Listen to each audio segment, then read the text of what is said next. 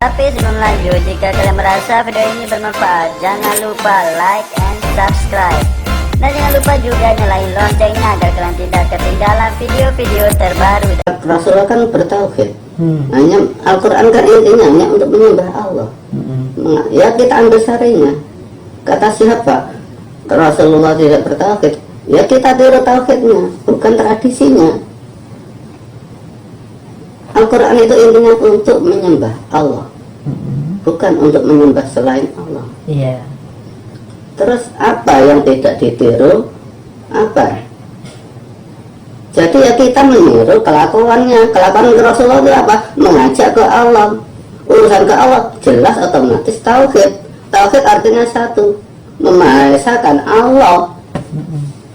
Soal akhlaknya, akhlak Rasulullah ya akhlak tauhid. Kelakuan Rasulullah kelakuan tauhid. Soal Rasulullah makan onta, memang di Arab ada onta, di Jawa nggak ada onta. Itu kan hanya tradisi lingkungan. Sarinya yang dibawa, sari Al-Quran, sari bukan tradisi. Arab itu yang dibawa sarinya. Yang ingin saya tegaskan begini, setiap manusia harusnya bisa menemukan Allah tanpa perantara orang lain, gitu loh. Kalau semuanya harus pakai pembimbing, pakai perantara, ya kan, harus ikut ini kelas-kelasan begitu, itu saya kira kok nggak adil ya kalau orang bisa menemukan. Ya kalau kemudian dia tinggal di belantara hutan yang sangat jauh, ya kan, nggak gampang juga ketemu pembimbing-pembimbing kayak gitu. Idealnya kan ya asal dia bisa menggunakan potensi pikirannya, nuraninya, berbuat baik kepada sesama, Tuhan akan menuntun dengan caranya yang itu tadi. Gimana? Tapi dalam Al-Quran ada wa'tasimu bihablillahi jami'a wa la tafarraqu. Bersatulah menuju Allah dengan berjamaah, wa la tafarraqu, jangan menyendiri. Bagi orang-orang yang di hutan belantara tidak pernah bertemu dengan tauhid, yaitu hanya Allah. Memang Allah tidak mentakdir dia bertemu. Selamat nggak selamat itu hanya Allah. Kita nggak bisa menghukumi. Iya. Apa itu nggak ada tafsir lain, Mbak No? Jangan menyendiri. Itu Rasulullah itu dapat wahyu juga menyendiri di Gua Hira. Kan nggak masuk akal. Dia dapat wahyu dari Allah karena menyendiri, terus umatnya dilarang menyendiri. Padahal dengan menyendiri itu Rasulullah bisa mendapatkan sebuah anugerah yang besar untuk manusia, gitu. Sebelum Rasulullah diangkat menjadi Rasul, Rasulullah kan belum mendapatkan Al-Quran, jadi dia masih menggunakan naluri manusia biasa. Mungkin saya akan menemukan ketenangan dengan menyendiri. Tapi begitu mendapatkan Al-Quran, adakah ayat yang mengatakan dalam sejarah Kanjeng Nabi menyendiri?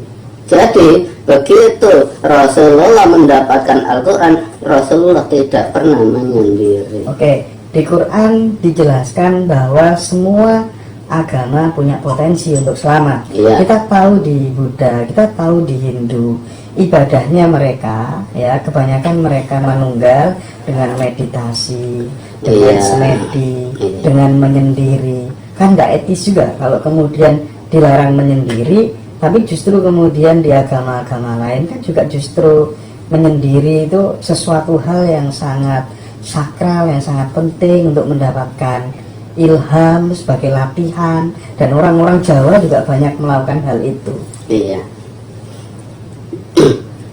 Kita tanyai bagi mereka yang menyendiri, sejujurnya bagi yang mendengarkan ini, sejujurnya bisa bertemu yang Maha Kuasa apa enggak? Banyak orang yang merasakan atau ketemu dengan cara menyendiri. Hanya merasakan. Orang-orang Kejawen, orang-orang Jawa begitu, dengan semedi, dengan semeleh, ya kan, ngepos kiroso dan lain sebagainya, banyak yang menemukan Tuhan. Itu kata Mas. Kata mereka juga. Kata mereka kan hanya dirasakan, rasanya. Nah, iya, meskipun panjenengan kan juga merasakan kata panjenengan. Bukan, itu hanya ungkapan. Allah tidak bisa dirasa. Rasa itu hanya hati. Di dalam dasarnya hati ada lagi apa? Mengenal sifatnya Allah untuk sifat kita. Kalau hanya dirasa, masih ada otak-atik, belum ada kepuasan menuju yang kuasa. Allah itu sifatnya latif, yang kuasa masalah lembut, nggak ada rasa. Oke, berarti yang dilakukan Rasulullah itu salah, taruhlah kemudian salah. Tapi kenapa sesuatu yang salah, tapi justru kemudian melahirkan sebuah wahyu? Kan nggak masuk akal, Bano. Kalau emang yang dilakukan itu salah. Maksudnya di Gua Hira, iya kan? Saya yakin Rasulullah di Gua Hira itu tidak kemudian sakar PDW. Podo karo kene ngangruk ning Starbucks. Iya. Ya pasti kan dia ada perintah dari yang kuasa. Bukan perintah, hanya naluri. Lah, Naluri kan bagian dari dawuh kira-kira. bukan. Gimana? Yang masuk firman Allah itu wahyu Al-Qur'annya. Bukan nalurinya. Jadi kan melihat wahyu itu seperti apa? Misal nih, jenengan dapat wahyu gitu. Itu Iya. bentuknya apa? Rasanya bagaimana? Nggak ada rasa. Di situ nggak ada rasa. Iya. Allah memberikan kefahaman di hati. Yang mana saya berlatar belakang dari Al-Quran, di situ ada pelajaran Allah untuk saya. Saya heningkan dulu, saya lepaskan dulu sampai ke bawah hati. Tidak saya sampaikan dulu, saya lakukan, saya amati. Di situ Allah memberikan perkembangan sangat luas, satu ayat sangat luas. Disitulah apapun yang diberikan Allah pada saya di waktu itu untuk saya lakukan. Iya. Jadi kalau ada orang bertanya ya saya jawab, nggak ada yang bertanya saya diam. Apa yang dirasakan Mbah No itu juga dirasakan oleh mereka-mereka di agama lain. Ketika dia melakukan proses meditasi, semedi, Iya. atau uzlah atau apapun namanya, Iya. mereka mengalami hal yang sama. Tapi Berarti kan itu juga niru cara ibadahnya Rasulullah, tauhidnya Rasulullah dulu sebelum mendapatkan wahyu kira-kira, Mas. saya nggak mau disamakan dengan orang lain. Saya ya saya, saya hanya sebagai pelakunya. Jadi kalau mereka itu sudah merasakan, sudah merasa dekat dengan Tuhan Yang Maha Esa dengan cara itu silahkan. Saya ke Allah ada yang diberikan pada Allah, saya rasakan sendiri. Rasa tidak bisa diucapkan. Kalau memang orang yang sudah ke Allah tembus, nggak ada bahasa, isinya hati damai. Betul, ya artinya kan menemukan Allah itu kan jalannya kan banyak, Mbak. Iya. Salah satunya dengan menyendiri, dengan semedi. Kalau kemudian semedi, meditasi disalahkan, orang-orang Hindu, orang-orang Buddha, bahkan Nasrani melakukannya setiap hari, dan di Quran pun juga mereka nanti juga akan selamat asal dia percaya kepada Yang Maha Tunggal dan berbuat baik kepada sesama. Saya nggak menyalahkan. Saya nggak menyalahkan. Itu kan torikoh, jalan mereka. Mereka memilih jalan itu silahkan. Saya nggak pernah menyalahkan. Tapi saya tidak sependapat dengan yang begitu. Cuman beda persepsi aja ya, Nono ya. Oke. Jadi beda persepsi. Saya nggak menyalahkan, demi Allah saya nggak menyalahkan. Itu jalan mereka, jalan saya ya sendiri. Jalan mereka, pilihan mereka sendiri. Bahkan kalau kita mati nanti kan peristiwa kematian itu kan hancurnya jasad ya. Iya. Hancurnya jasad. Berarti yang ada tinggal nyawa. Nyawa itu kalau diudari terdiri dari dua hal, satu ruh, yang kedua adalah jiwa. Nah, orang Islam kebanyakan nih, atau mungkin sering nonton sinetron atau apa saya nggak tahu, melihat ada yang namanya siksa kubur begitu kan ya. Saya mengamati mereka memahami bahwa siksa kubur itu sangat fisikal begitu. Nah, Kemudian saya bingung juga nih kalau kemudian siksanya secara fisikal begitu, dikepui hancur balik meneh, kepui hancur balik meneh. Bagaimana kalau kemudian orang itu kecelakaan pesawat ulang-alik, lebur apa tuh namanya jasadnya, malaikat lah bingung kan dimulai jasadnya rek. Nah, memahami siksa kubur itu pripun, Bano? Orang hidup pasti mengalami mati dan ada proses, kita harus wajib iman dengan siksa kubur. Soal kehancuran jasad itu hanya proses kematian. Siksa kubur itu posisinya di mana? Ya di alam barzah, alam kubur. Di alam barzah ya? Iya. Alam barzah itu bisa nggak diwujudkan secara kasus nyata nih? Ya nggak bisa. Itu gaib. Nah terus Alam gaib. kalau orang itu dikremasi, Iya. dikremasi miksanya bagaimana? Jasad dunia, biar itu dikremasi, biar itu ditanam di tanah, ya pasti hancur. Hancurnya jasad dunia ini ya sudah berakhir. Masanya sudah habis. Berarti kan di sana sudah nggak ada jasad lagi kan? Nah di Al-Quran kan digantikan dengan jasad yang baru, semajas dalam jalan baru. Kita kan berpegang pada Al-Quran. Di situ ada jasad yang baru. Apa orang yang di dunia itu matinya usia 200 tahun, apa di alam kubur kalau masuk surga kubur tetap tua? Yang enggak, digantikan dengan jasad yang baru. Haknya Allah. Oke, berarti orang mati itu nanti akan diganti dengan jasad yang baru ya? Iya. Berarti kalau dia berjasad, tempatnya juga masih di dunia ini, cuman apa tuh namanya berlapis atau bagaimana, Bano? Yang itu hanya Allah menciptakan alam barzah, kelihatannya sempit, cuma kan beda alam lagi. Hanya Allah kan. Apa kuburan itu kalau harus dikapling seperti rumah? Ya enggak itu. Kalau memang Allah menghendaki orang itu bahagia menempati surga di alam kubur dengan yang luas, itu kan ya haknya Allah. Kita nggak tahu di situ. Ada kalanya masuk kubur malah sempit, dijepit oleh tanah, hancur tulangnya. Itu kan semua hanya Allah, kita nggak tahu.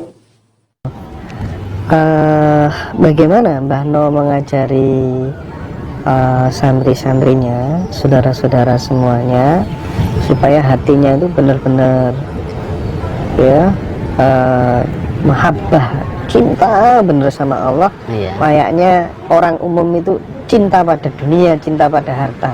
Nah, merubah kondisi itu bagaimana caranya? Nah, yang pertama kita tanya dulu latar belakangnya, masa lalunya, sehingga dia ikut itu curhat masalahnya. Semua yang tidak terima dengan Allah kita terima, kita saring, kita sayang. Nah, baru di situ kita arahkan untuk kesadar dan kita buka hatinya.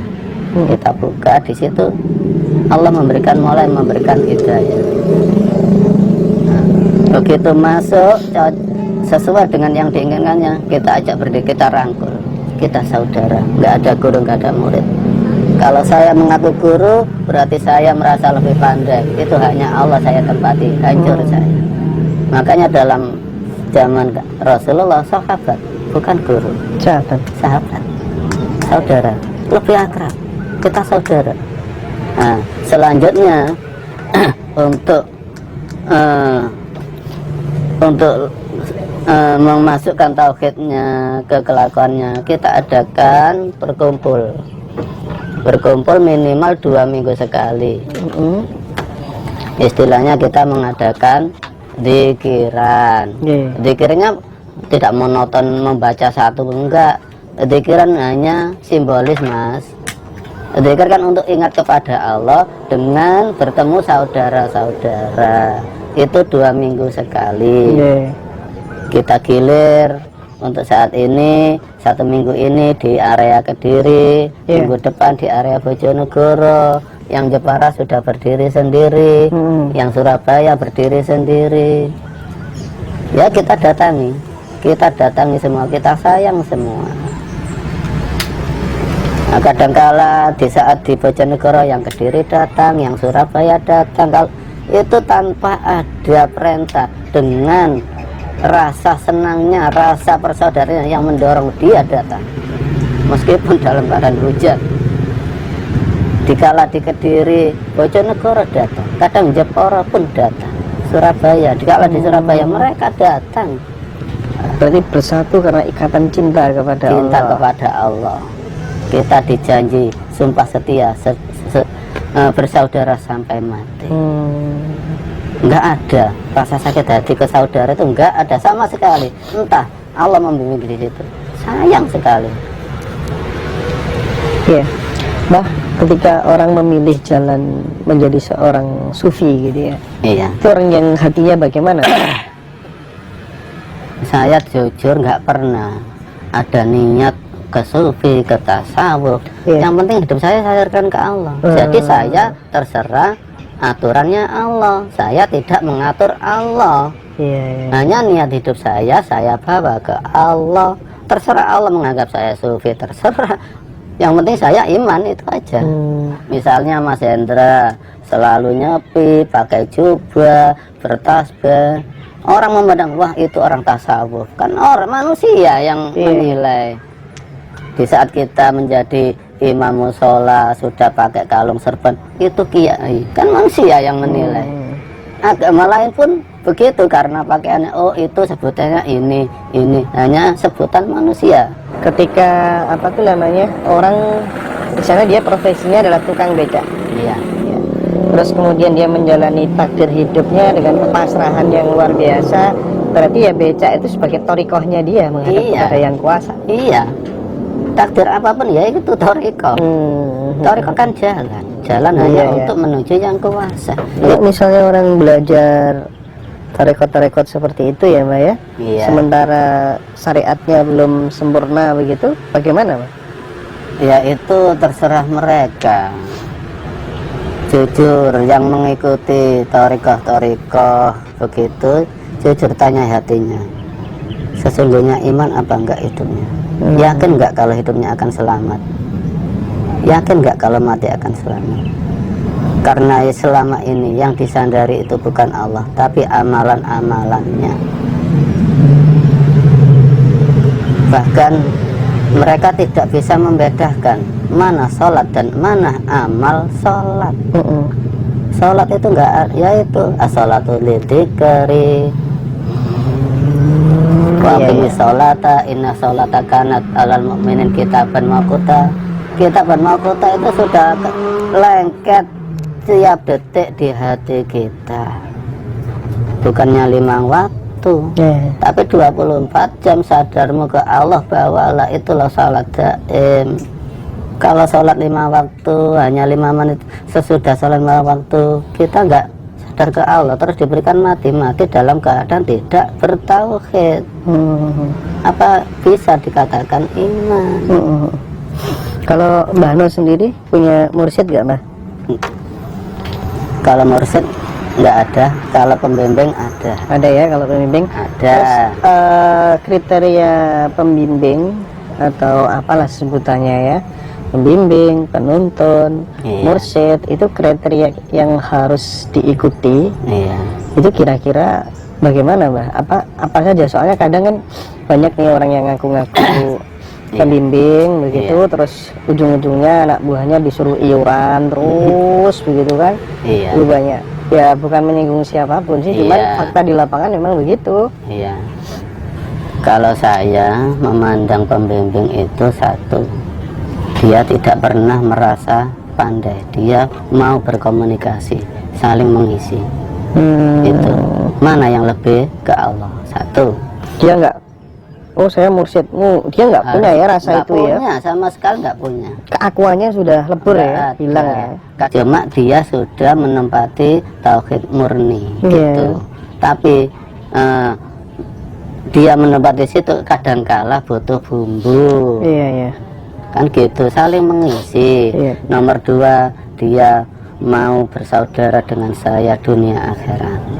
Tapi kan orang menuju iman tidak harus berbaiat kepada salah satu mursyid ya Pak ya?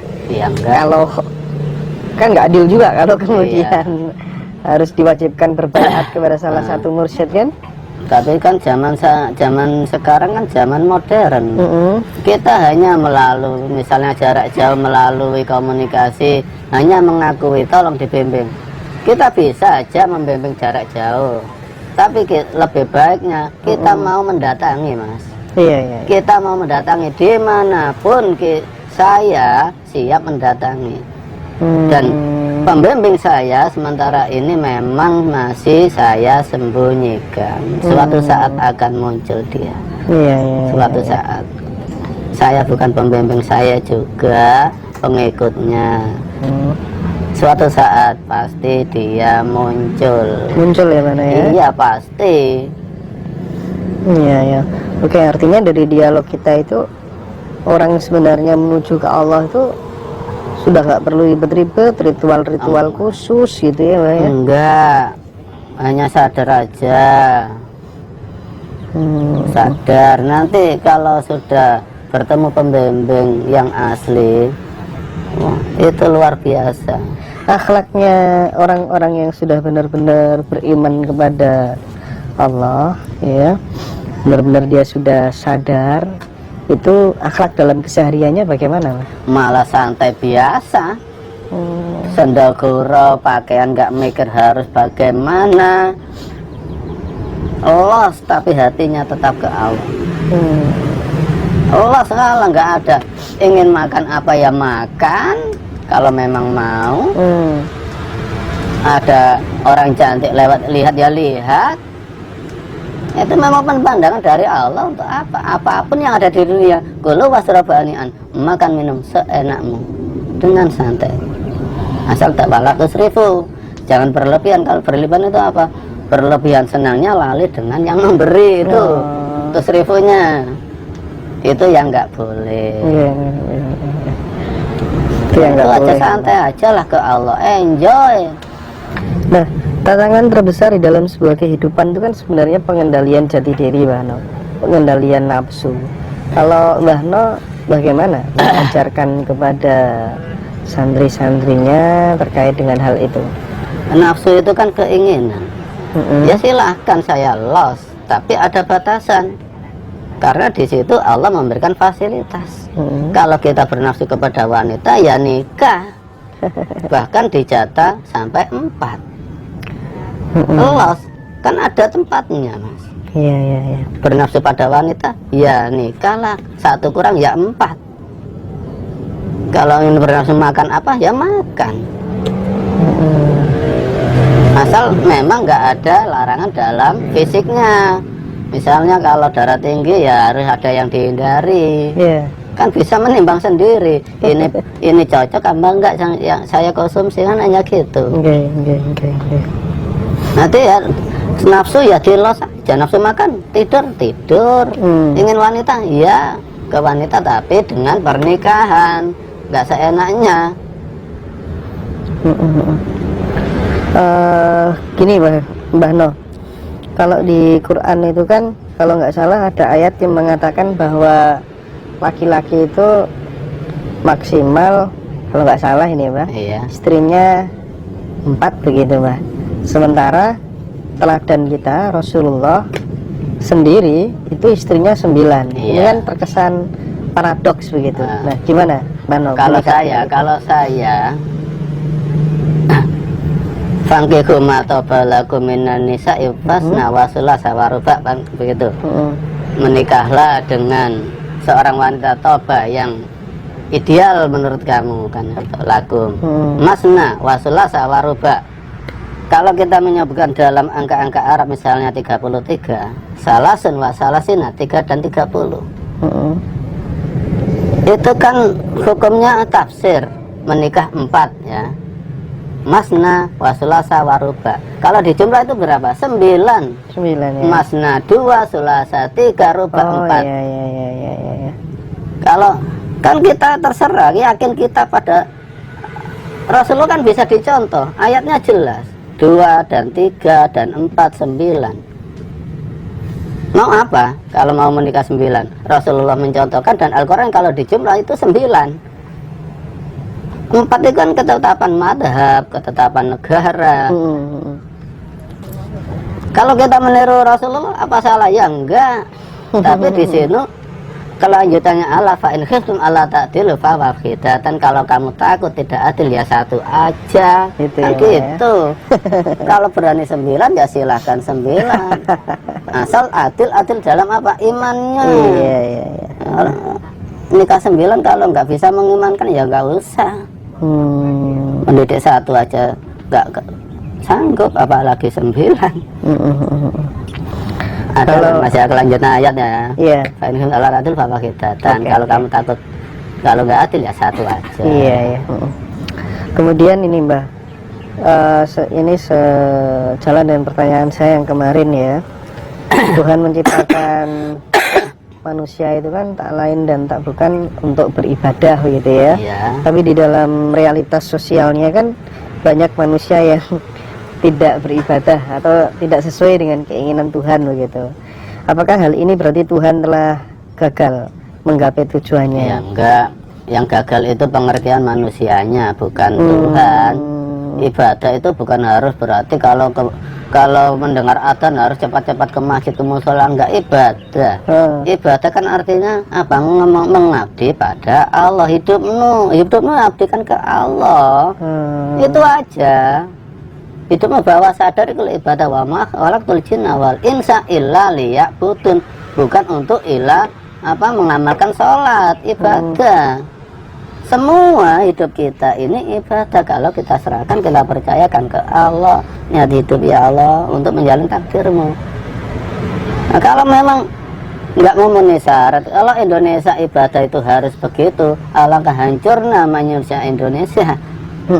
Ya makanya Indonesia bukan hukum Islam, bukan hukum Arab. Kalau nggak sholat boleh dibunuh, habis orang Indonesia. Kita ajak ke ketuhanan aja. Iya, ya.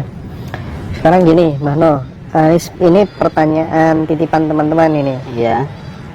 Salah satu tujuan Tuhan mengapa manusia ada di bumi itu kan karena manusia dijadikan sebagai khilafah ya Mbah No ya. Iya. Sedangkan kalau kemudian kita tinjau dari latar belakang, kenapa Adam turun di muka bumi ini kan katanya hukuman dari Allah, di mana Nabi Adam telah memakan buah kulki yang dilarang sama Tuhan kan ya. Nah pertanyaannya, sebenarnya manusia turun di bumi itu diutus sebagai khalifah atau hukuman Bang? Ya bukan hukuman, diutus khalifah jelas. Memang penciptaannya Nabi Adam di surga, tapi sebelum Adam diciptakan, ayatnya ini ja'ilun fil ardi, di dalam bumi khalifah. Saya menciptakan di bumi khalifah. Surga itu hanya proses awal. Nah, mengapa Nabi Adam kok sampai turun ke dunia dengan menyalahkan iblis? Itu hanya menipu iblis, menuruti kehendak iblis. Seakan-akan iblis itu menang. Wah, bersorak ria, berhasil menggoda Adam. Tapi begitu di dunia malah merdeka, malah merasakan kenikmatan iman yang luar biasa. Dan akhirnya Nabi Adam dalam keadaan iman kembali lagi ke surga. Ketipu nggak iblis? Mengkecoh iblis. Iya.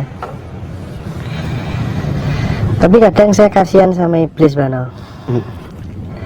Maksudnya gini, kalau misalnya saya berposisi sebagai iblis begitu ya, iblis kan nggak mau disuruh bersujud kepada Adam kan. Karena ya wajar lah baginya yang layak disembah hanya Tuhan, bukan manusia. Karena menurut iblis itu kan manusia dan dirinya itu kan ciptaan Tuhan. Kenapa iblis harus bersujud kepada manusia begitu? Apalagi iblis berpikiran bahwa bahan ciptaannya lebih hebat daripada manusia yang dari tanah. Nah, jika iblis punya pikiran demikian begitu, kan yo kasihan banget. Itu kan hanya simbolis sifat Mas. Iblis itu simbolis sifat, simbolis ke manusia juga.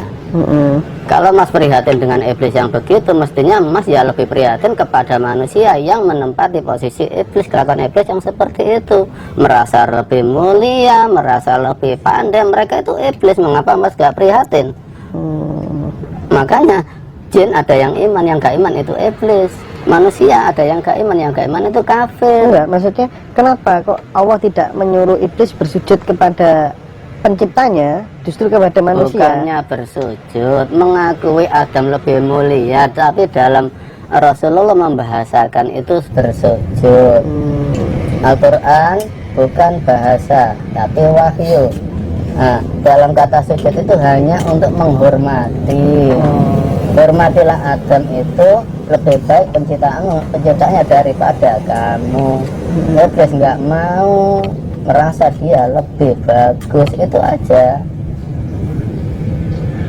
Bukannya bersujud.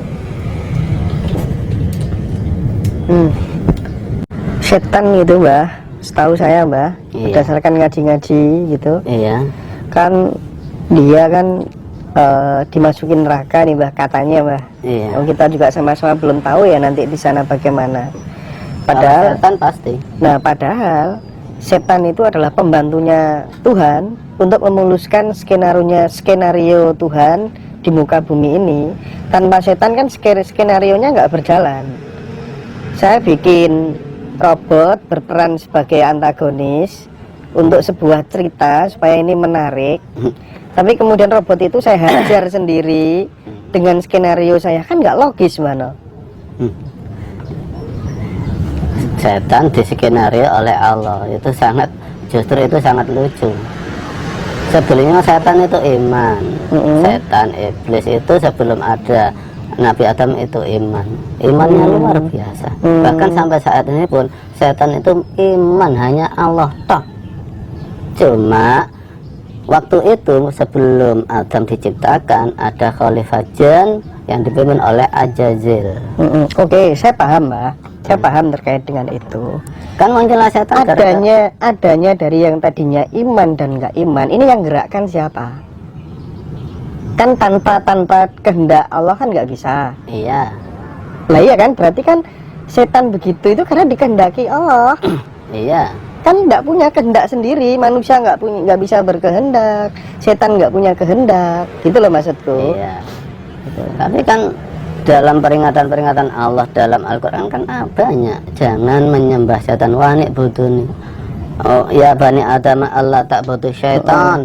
Hai anak Adam, jangan menyembah setan. Innahu lakum aduwwum mubin, mereka itu musuh yang nyata. Kan gitu. Nah terserah manusianya mau ngikuti setan apa enggak.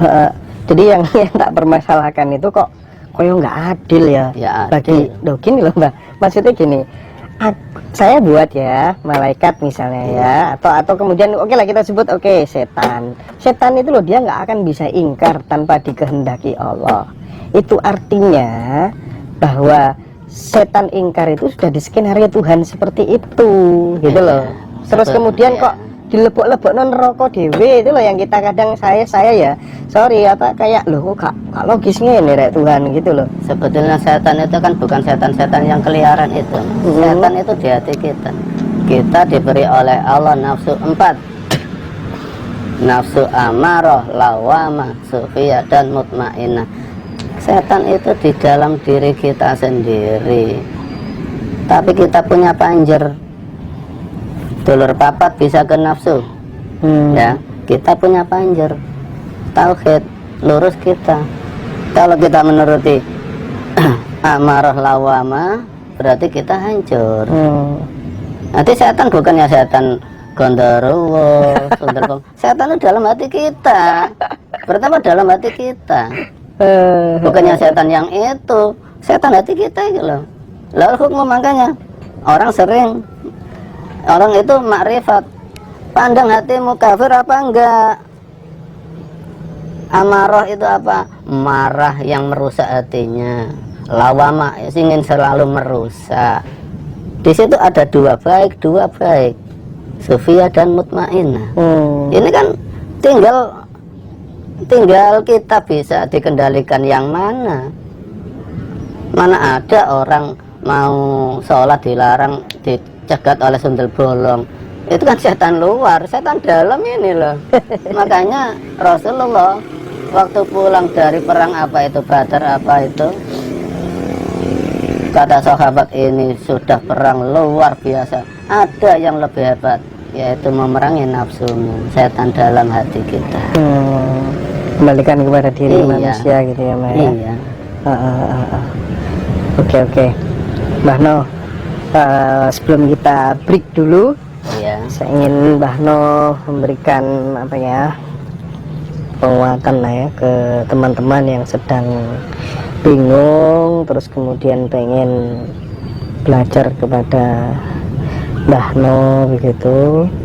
Apakah kemudian Mbah No menentukan tarif-tarif khusus, iuran khusus, dan teknisnya barangkali seperti apa kalau teman-teman mau belajar? iya. Kalau saya siap didatangkan kemana saja. Ya memang jujur, saya butuh biaya untuk sampai ke tempat misalnya luar Jawa. Memang kita di dunia, nah syaratnya iman itu memang butuh biaya. Ya. Bukannya saya harus mentarget sekian juta, enggak. Ya kalau memang mereka butuh bimbingan, butuh masukan iman, ya rundingkanlah, ini kendaraannya sekian, kan gitu aja. Yang penting saya tidak sampai di sana dan pulang ke rumah, itu aja. Iya. Kalau memang mereka memberikan uang saku, saya terima, enggak saya terima demi Allah. Saya enggak mengharap, saya mengharap saudara. Tapi memang kalau memang keluar Jawa kemana, oleh Allah untuk saat ini saya belum dikasih biaya. Jadi umumnya kan kalau timba itu mendatangi sumur. Kalau memang menghendaki sumur mendatangi timba, ya tolong pengertiannya. Tapi kalau misalnya mau datang langsung ya monggo ya, Mbak No, ya. Monggo, kita persilahkan. Memang saat ini di Surabaya kita belum punya tempat yang layak, gitu. Oke. Kalau di Bojonegoro sudah, kalau di Kediri sudah, di Surabaya belum ada tempat yang layak untuk berkumpul saudara banyak. Butuh fasilitas, entah Allah mentakdirkan kapan, gitu aja. Oke, terima kasih banyak Mbak No. Kita break dulu Mbak No. Mudah-mudahan bermanfaat. Saya akhiri, assalamualaikum warahmatullahi wabarakatuh. Waalaikumsalam. Pengertian tasawuf itu ya, dalam kelakuannya itu kita tidak terlena dengan kenikmatan dunia, tapi tidak dilarang untuk meraih kenikmatan dunia. Dan itu dalam hadis Nabi sangat jelas, wa'mali dunya kaka'anaka ta'isu abadan wa'mali akhrati kaka'anaka tamudurodan. Raih dunia, raih keberhasilan dunia seakan-akan kamu hidup selamanya. Tapi bawalah sadarmu, bawalah sadarmu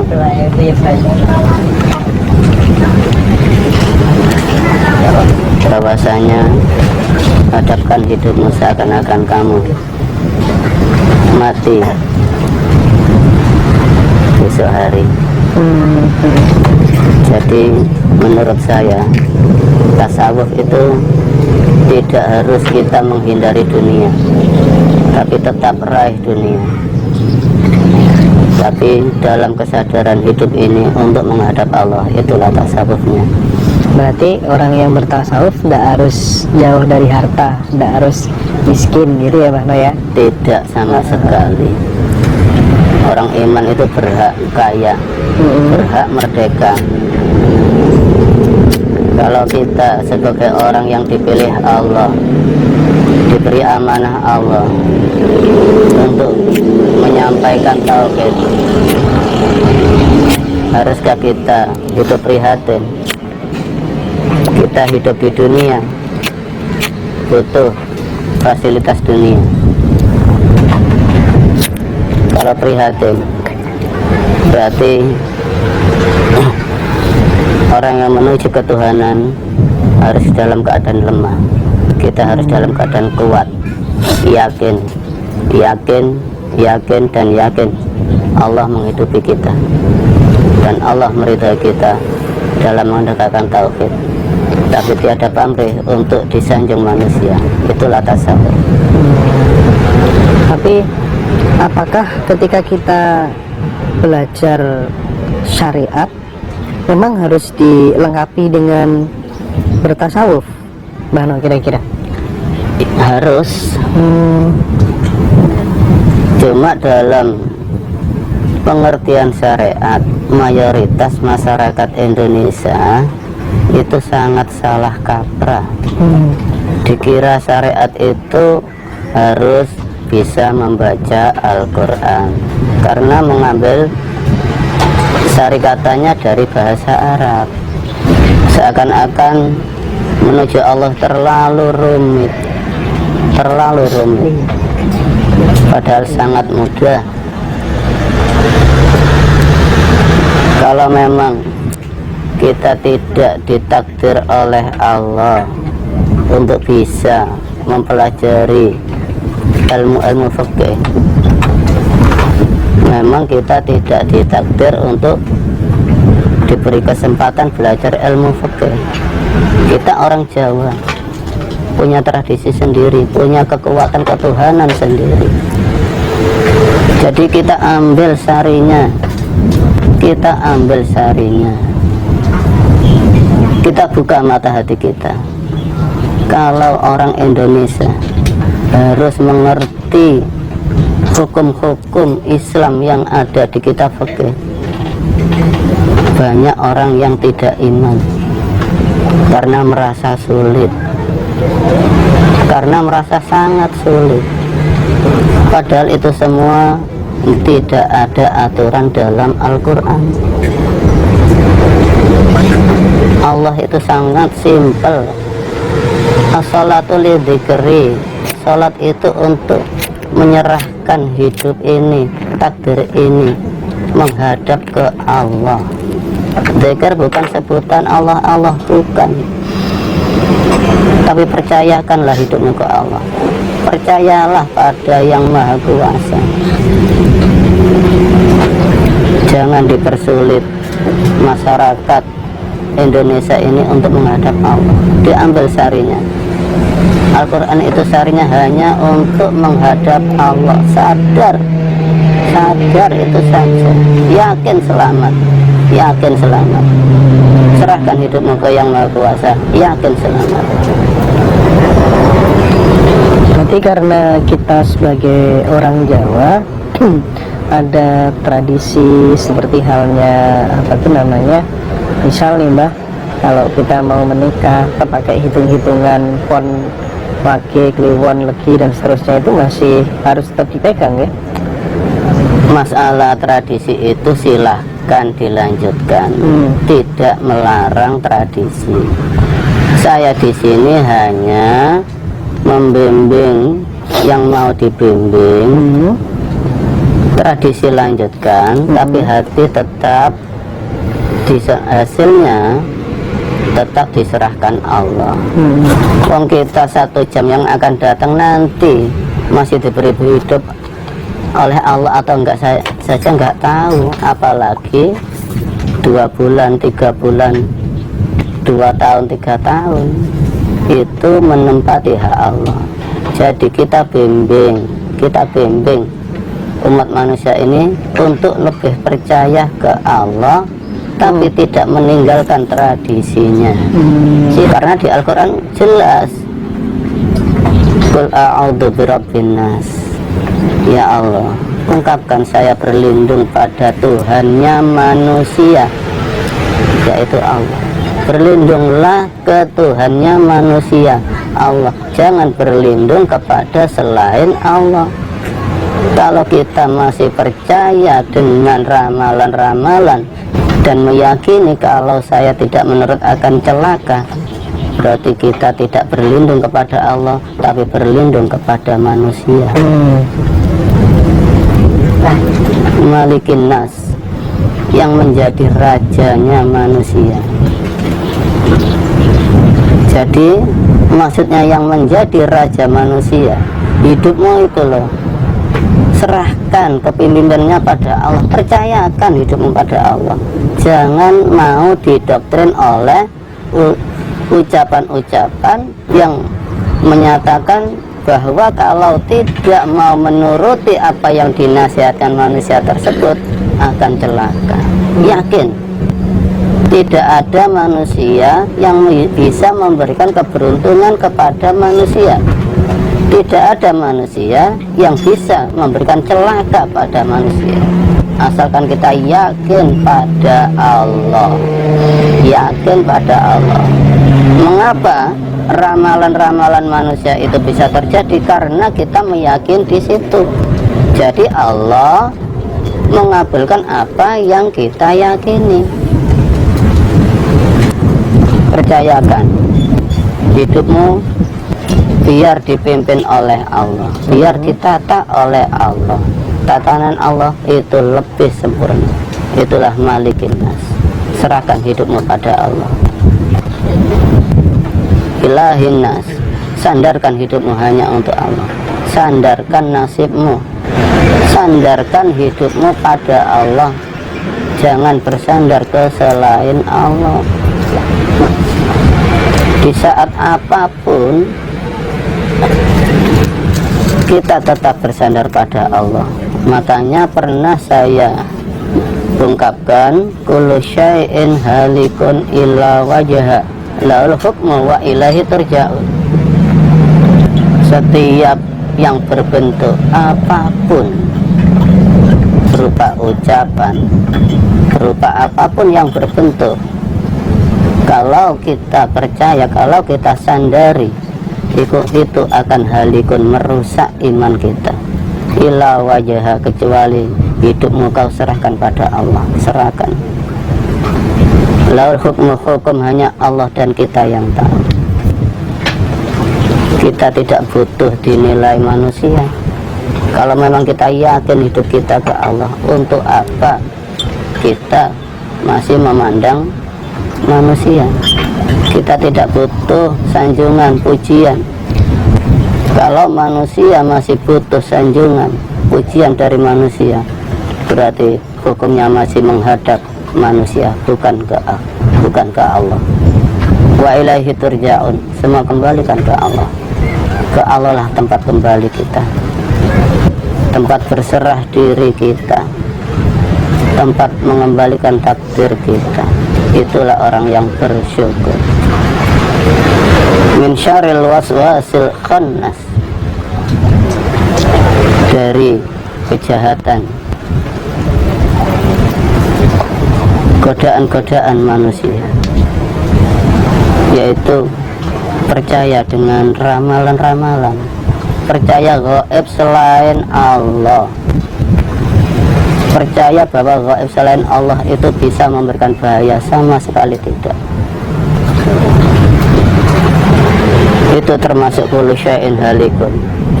Berupa apapun, berupa gunung, lautan, kalau diyakini itu bisa memberikan bahaya, maka kufurlah iman kita. Dalam sejarah pun jelas, waktu sahabat Anas sesudah menikah, dia sowan ke Rasulullah, minta doa keberkahan atas perkawinannya. Ya. Rasulullah apa mau memberkahi sahabat Anas? Tidak. Rasulullah pun memintakan berkah ke Allah dengan doanya, barakallahu laka wa baraka alaika wa jama'a bainakuma fi khair. Barakallah, Allah yang memberkahi. Barakah itu takdir, itu hak masing-masing. Kalau saya yakin hanya Allah yang bisa memberikan berkah kepada saya. Murni saya yakin ke Allah saja, tidak pernah yakin ke manusia. Alladzi yuwaswisu fi sudurin nas, yang selalu memberikan rasa was-was pada manusia. Bahkan Allah dalam Al-Quran, innallaha la yuhibbul mutawassikin, Allah paling benci, paling tidak senang dengan orang yang hatinya selalu was-was karena tidak yakin pada Allah. Dikatakan orang begini sudah was. Nah, itu kedoktrin dari kecil.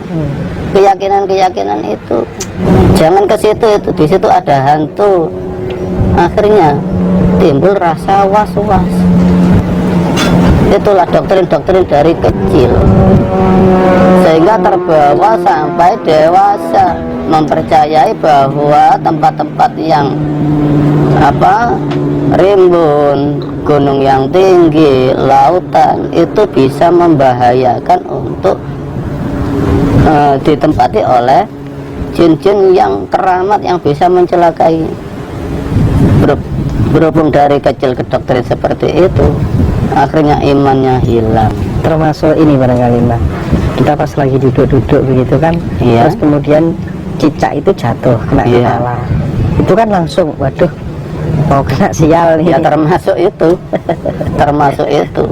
Naik Ada. motor nabrak kucing gitu ya Pak ya. Ya silahkan meramal, tapi kembalikan haknya Allah. Ada kupu masuk rumah, oh ada anak tamu.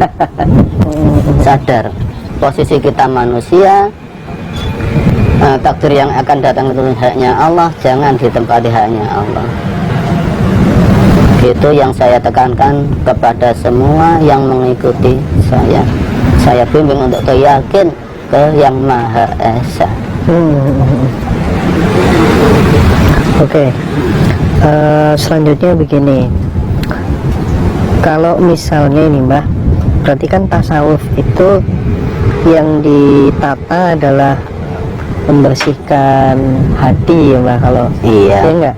Iya. Itu kalau nggak salah di surat Al-A'la ayat 14 barangkali. Berarti sangat penting dong belajar tasawuf di dalam kehidupan kita ini.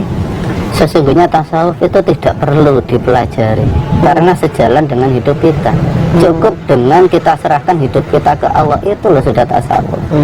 Dengan bergiat bekerja dan hasil diserahkan ke Allah, itu sudah tasawuf.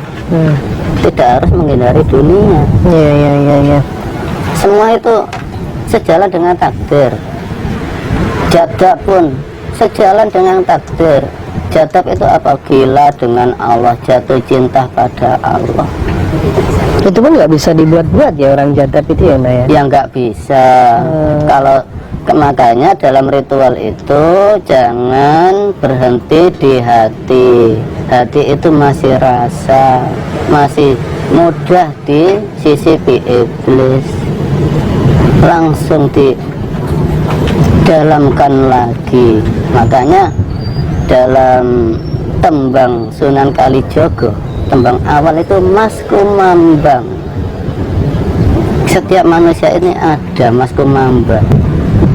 Jadi dalam hati ini ada mutiara hati, itulah Mas Kumambang.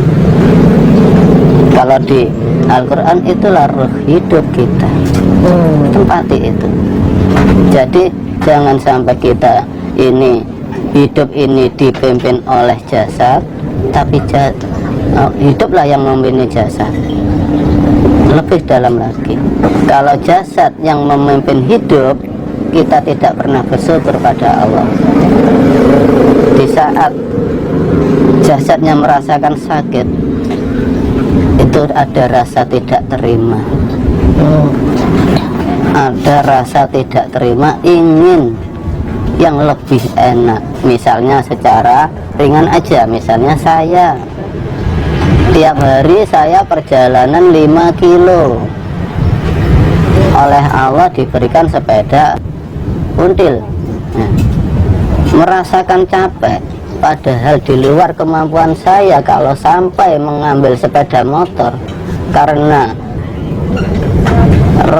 jasad ini tidak terima kalau diberikan capek, kurang bersyukur, akhirnya nekat mengambil sepeda motor. Akhirnya kita diperbudak oleh kebutuhan jasad. Kalau jasad yang disetir oleh hidup, terima, sadar memang Allah masih kasih yang begini. Jadi ada mutiara hati, itu tidak bisa keluar kalau belum berjumpa orang yang oleh Allah diberikan amanah untuk membuka hati. Ketika tidak sholat justru dimasukkan ke dalam neraka, apa itu nggak membebani hambanya kira-kira? Allah tidak pernah membebani sholat. Yang membebani itu ilmu. bukan sholatnya. Allah memerintahkan manusia itu untuk sholat, tapi kita itu dibebani dengan ilmu. Bukan Allah yang bebani, ilmu kita. Saya sendiri di waktu menuntut ilmu fikih, segala kitab sudah saya pelajari, mulai dari bawah, Mabadi'ul Fiqh, Fathul Wadih, Safinatun Najah, Sulam Taufik, Fathul Qorib, Fathul Mu'in, sudah dipelajari semua. Sudah semua. Nah, di situ ini saya pribadi, semakin saya pandai, semakin saya jauh dari Allah. Semakin pandai membaca kitab, semakin pandai menafsiri Al-Quran, tafsir Jalalain ya sudah, tafsir Nawawi sudah semua, tapi semakin jauh dari Allah. Mengapa? Di saat saya sholat, saya menghadapi problem orang-orang sekitar apapun, saya larinya ke kitab, ke keterangan kitab. Di waktu saya sholat, Allahu Akbar, ingatnya apa? Kata kitab ini, kata imam ini, sesudah takbirul ihram baca Fatihah, sesudah kalau Fatihahnya nggak baik harus dibaik-baikkan, sesudah itu sholatnya ingat pada kitab, pada yang menulis, sama sekali tidak ingat Allah. Makanya orang untuk menuju Allah dipersulit dengan ilmu kalau itu beragama. Kalau orang berketuhanan enak, itu meniru Rasulullah. Rasulullah itu sifatnya ummi, bodoh, tidak bisa membaca dan tidak bisa nulis, tapi dia fatona, cerdas. Cerdasnya gimana? Seluruh isi Al-Quran, seluruh hidupnya, mulai diangkat menjadi Rasul sampai wafatnya, hidupnya diserahkan pada Allah. Itulah cerdas, fatona. Bangun tidur, begitu diberikan kesadaran, ya Allah, niat hidupku untuk menjalani takdirmu, ya Allah. Jadi ingat Allah, menyerahkan dirinya pada Allah 24 jam, tidak hanya setelah mendengar adzan. Itu pendapat saya pribadi. Semakin saya pandai, semakin jauh dari Allah. Setiap saya mendengarkan orang yang ilmunya, ngajinya di bawah saya selalu meremehkan. Allah ngajimu sakmono. Di saat ada orang berdoa, nafsu soroknya keliru, untuk jamak kok dipakai mufrad, Allah goblok. Semakin jauh saya dari Allah. Jujur saya itu begitu dulu.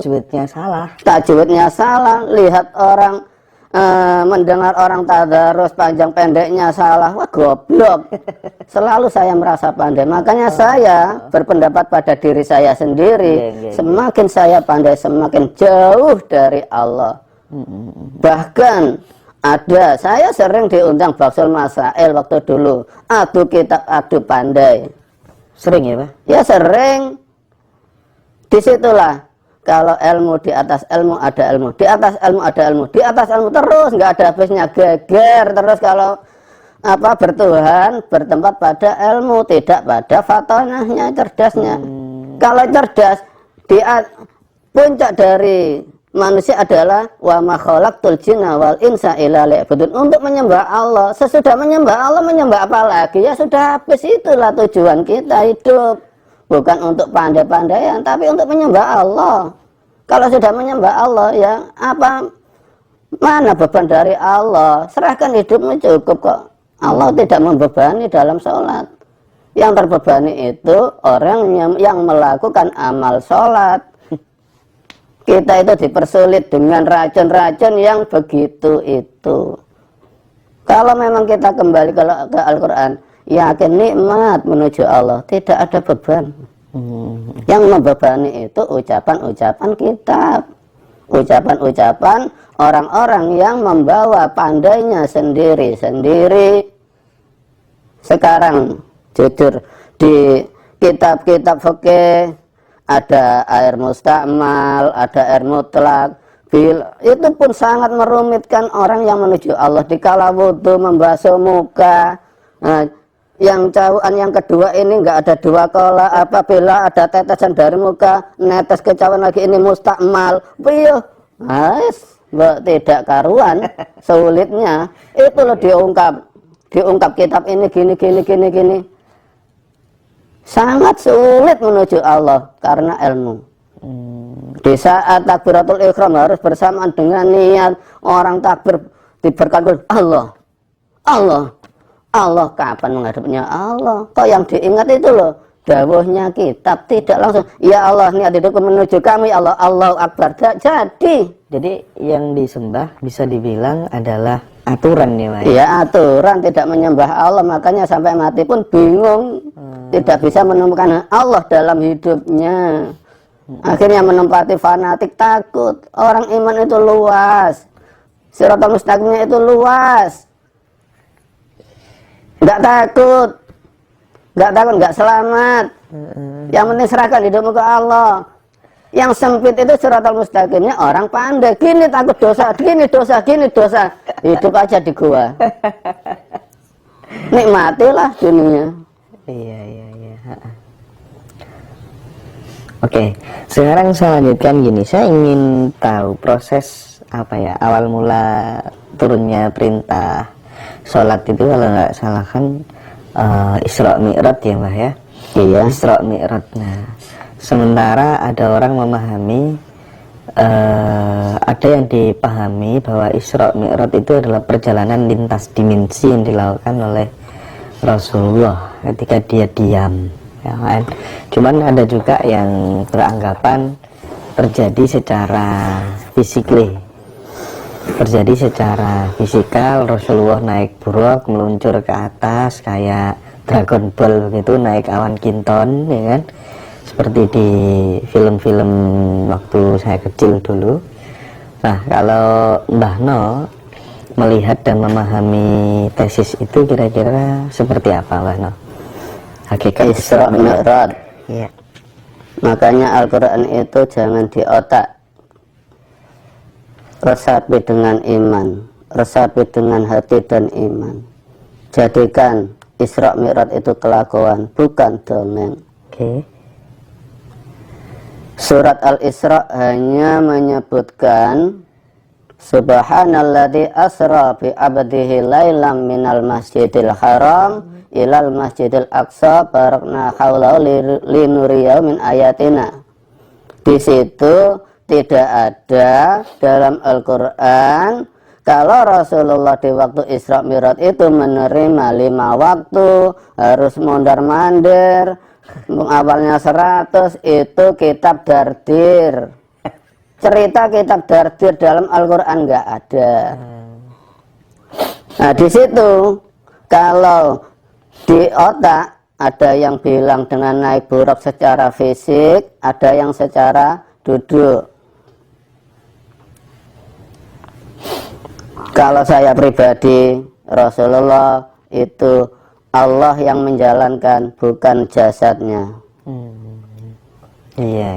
Tapi sambungnya pada Allah. Betul. Dan orang yang benar-benar melakukan kelakuan Rasulullah, bersandar pada Al-Quran, saat ini pun bisa diberikan ya? Isra Mi'raj.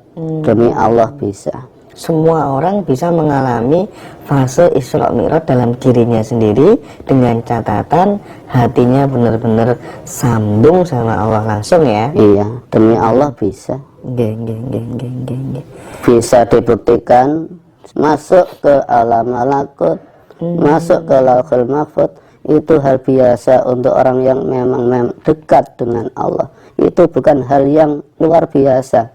Sudah biasa kalau hidupnya diserahkan pada Allah. Bukan sesuatu hal yang mustahil untuk dilakukan. Bukan hal yang aneh, itu biasa. Tadi Mbah No menyebut tentang alam malakut. Ada yang namanya alam nasut, alam malakut, alam jabarut, alam lahut. Itu sebenarnya pengertiannya apa sih Mbah? Ya memang kalau masuk ke alam malakut memang ya berjumpa dengan para malaikat yang semuanya sujud. Malaikat ya yang saya ketahui ada kalanya semua itu sujud. Dikala mereka dikunjungi oleh orang-orang yang memang benar-benar menuju Allah, mereka semua bangun dan memberikan salam. Itu perjalanan pribadi. Jadi saya ya kalau memang percaya silahkan, nggak percaya silahkan. Tadi yang untuk alam nasut, alam jabarut, alam lahut, itu kira-kira bagaimana itu, Bano? Itu saya nggak tahu, cuma dalam hati ya Allah perjalankan saya ke alam malakut, Allah pun menjalankan. Dan alam-alam yang Mas Hendra sebut tadi, saya nggak pernah minta ke Allah ke situ. Iya. Seperti itu kan tergantung apa permintaan kita gitu ya, mana ya. Kemudian ini Bano, apa tuh namanya? Saya terkadang berpikir keras. Kenapa ya Tuhan kok menurunkan nabi-nabi itu di tanah Arab ya, kok nggak diturunkan di tanah Jawa begitu. Kemudian muncul spekulasi jangan-jangan karena yang di sana tuh rusak semua, sementara orang Jawa udah baik-baik. Itu gimana kalau Bano menangkapnya? Kalau Allah menurunkan orang-orang Rasul-Rasul itu di Arab, itu ya mungkin di waktu itu di Jawa masih belum ada, belum seberapa ada manusianya dan masih berbentuk rimba. Dari awal Nabi Adam oleh Allah dipertemukan di tanah Arab, otomatis perkembangan manusia pertama kali ya di tanah Arab. Yang keluar dari tanah Arab itu ada masih primitif. Yang sudah bisa berakal dan berotak itu yang belum keluar dari tanah Arab. Jadi Allah menunjuk Rasul-Rasul di tanah Arab karena di situ mayoritas penduduknya sudah berakal, bisa beradaptasi dan bisa memikirkan iman dan tidaknya.